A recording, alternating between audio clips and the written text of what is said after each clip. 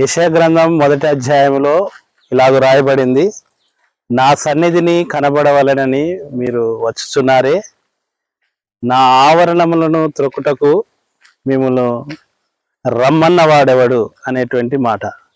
ఎందుకు ఆ మాట చెప్పబడుతుందంటే, మీ లోపల పరిశుద్ధత లేదు, పవిత్రత లేదు, నిజాయితీ లేదు, కాబట్టి విశ్వాసం లేదు. కనుక మీ యొక్క చేతులు దోషముతో నిండి ఉన్నాయి, అపరాధముతో నిండి ఉన్నది, మీ పాదములు అక్రమము చేయడం కొరకై పరిగెత్తుతున్నవని దేవుని యొక్క ఉద్దేశమైంది.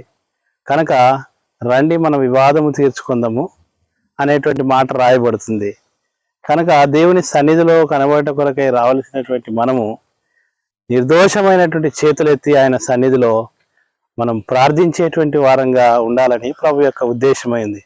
అలాగున్న పవిత్రత కలిగి జీవించడానికి